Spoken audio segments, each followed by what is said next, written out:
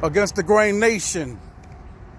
What's up? What's up? What's up? How you guys doing on this beautiful Friday afternoon? So you know how we do it on Fridays. Financial Freedom Fridays to be exact. As always, man, I'm out on my 4.7 mile hike. And I came up with something that I think would be fun for all of you out in viewing land. I came up with a challenge, and I want to ask each and every one of you guys this question. And I want you to get in the comment section, because the person that comes up with the most creative answer is going to receive a prize. I'm not going to tell you what that is. You're going to receive a prize. So, before I do that, I have to thank my viewership, old and new. We thank you for the continued support. Continue to like, comment, share, subscribe, hit that notifications bell so that you're aware of when we put out new content. Invoking thought, promoting higher levels of understanding, elevating and motivating so that you can go out and dominate and live in your true presence as a king or a queen and have an abundance mindset. Go out and do more, create more, have more, enjoy life, living in the now. So, without further ado, guys, here it is. If you had $30,000 in cash right now just laying around,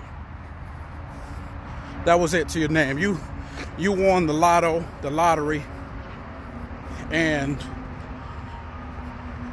the winnings that you got after taxes and all of that came out to $30,000.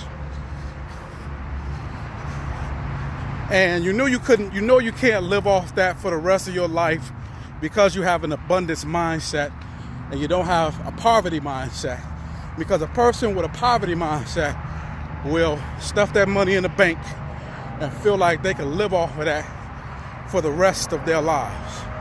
Now, I'm talking to an audience, and my demographic is anywhere from 25 to 45. So I'm talking right now specifically to that audience, not assuming that you're too old to do anything with it anyway. Talking as a young person, you got your whole life ahead of you. What would you do with that $30,000 to flip it, to turn it now? So instead of $30,000 in a 1 to 3 year span, now you're working with 60. You've doubled that money.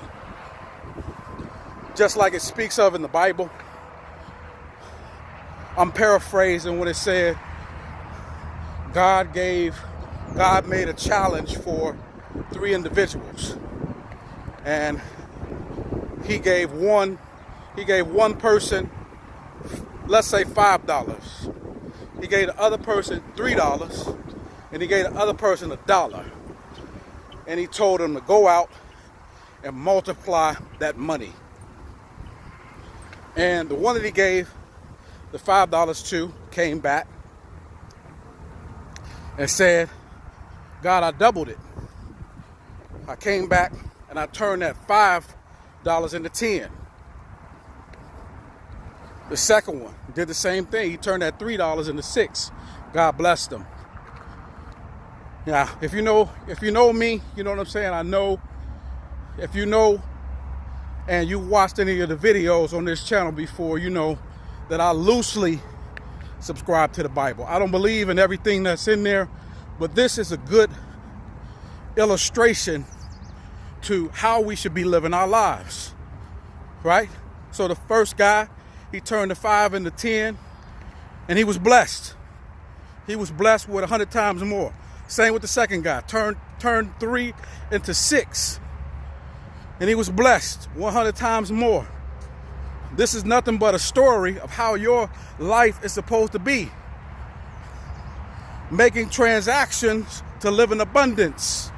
This is all this story is talking about. But lastly, guys, the one that he gave $1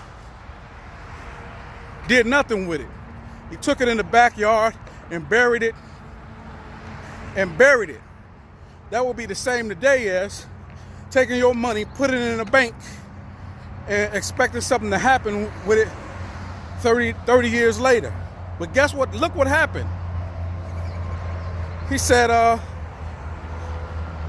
God asked him, he said, so what did you do? He said, I took it and buried it because I wanted to at least give you your $1 back. And for that, he was cursed. Now, I need you to take this illustration on this Financial Freedom Friday and translate that over into real life, into your real life. This is how the rich are getting rich, and this is how the poor, this is all this story is about. This is how the poor is staying poor. And God cursed them and said, I can't trust you. I can't trust you with even the smallest bits.